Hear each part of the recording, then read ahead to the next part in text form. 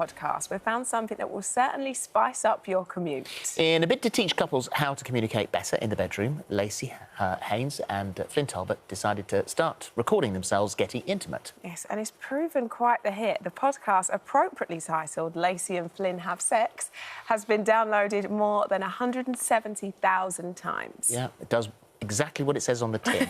The couple are joining us now to tell us more. Morning, both of you. Thanks for coming in. What are your qualifications here? Our qualifications are that we're doing this work in our lives every day. So our students and the people who are tuning in know that we're showing up, you know, like we're showing up to our relationship, we're doing this work, and we're coming from that kind of humble place of like, this is real for us. Of course, we have coaching certifications and those kinds of things, but I think what really differentiates us is that this is real, you know, this is really real. We're sharing what we've discovered.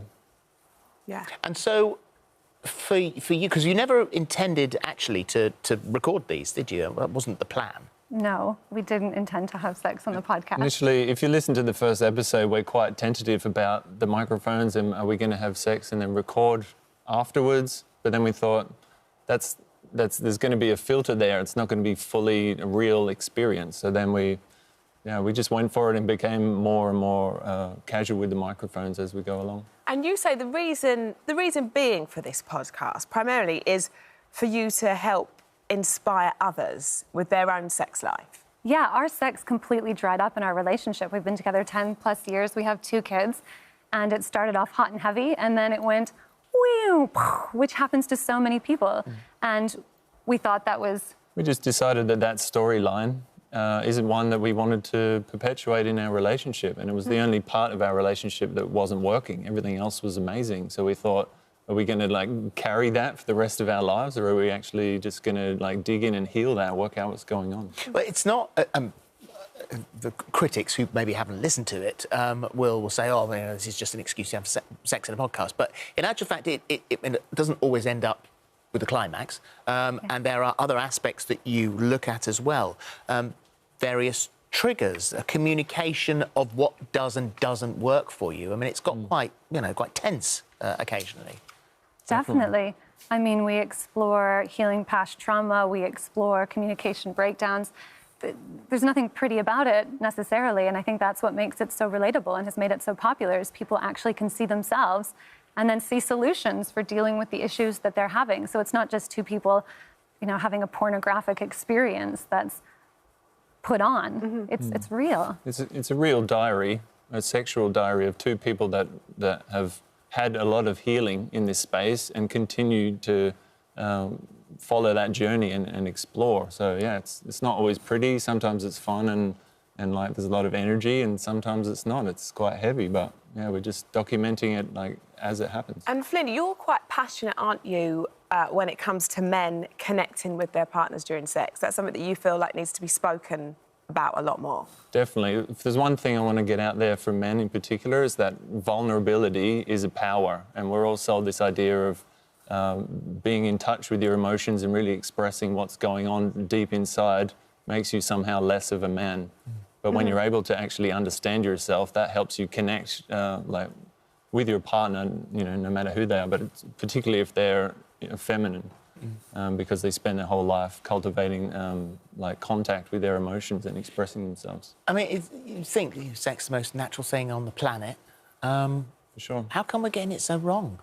How come we need help? Such Why do we shame, need a isn't it? podcast? I know the thing that brings us all into being, this natural act, and yet it's so fraught with shame and disconnect. And I think, for women and what we've seen, because often we attract people who resonate and have a similar story or have gone on a similar journey, they just don't feel fully in contact with their desires, or like they've been able to ask for what they want. So maybe they felt performative or disempowered somehow. And so being able to see a woman who's going, okay, I don't want to do that. Like, how do I claim my power? How do I ask for what I want? How do I challenge what's been normal? And then actually have sex that's enjoyable for both people, where both people are equal and getting what they want. Or even completely know what they want as well. We have a lot of partners that haven't actually defined what they want for themselves, what they want for their relationship, and what their goals are, what they want to move towards. So how important is communication? Oh, it's everything. It's everything, because it's the words we speak. It's our attunement to one another's bodies, because often people will continue on in a sexual session when their bodies are saying that it's not quite right. Like a woman might be uncomfortable, but yet she continues going because, like, that's what you do. And often their partner can feel that as well. And you've got two people that can feel that it's off, it's not quite working as it can, and yet they continue on just simply because they don't have the tool set to navigate that space. So communication plays such a huge role, and being able to depersonalize, like when I say to you, oh, I don't like that, it's not like you're like, oh, well, and throw your hands up. It's like, oh, well, what do you want? And actually be able to have a conversation that's maturing and elevated, and it's so exciting. It's very brave, though. It's very, very brave. And I think for you guys, obviously you are a couple, you have children together, and we all know how busy that lifestyle is within itself. So you say, so you every Sunday you sit down, or however it happens, Lay down. ready to record. You lie down and get ready to record the podcast. What happens if that day you have had a row and the last thing that you're going to feel like doing is being intimate with one another? The kids are screaming, one's not going to sleep.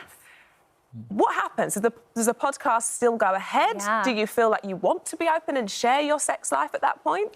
I think we share exactly that stuff that you're saying, instead of turning away. That's exactly when it needs to go ahead. And if you use that situation as a reason to not have sex with your partner, then that's where the disconnect starts to happen. And then maybe the next week or halfway through the next week, something else is going on, and then you haven't reconnected again. And now there's this huge gap between you. But what about if you could say, OK, we had an argument today, OK, the kids didn't get to bed on time and it's late, but what about if we still choose to show up for each other? And you hear our kids wake up, I go off to breastfeed. We don't glaze over any of that.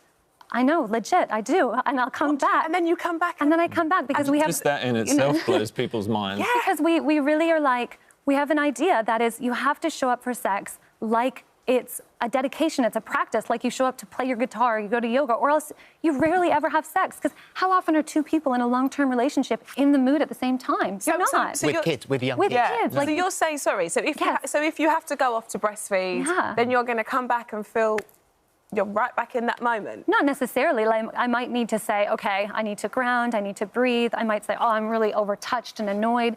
But instead of using those things as excuses, I work through those. I say to myself, OK, what do I need right now? OK, don't touch my chest, Flynn. Stay away from my boobs or whatever. If that happens, Lacey will come back and be truthful about where she's at in that moment, but not that it will end the sexual encounter.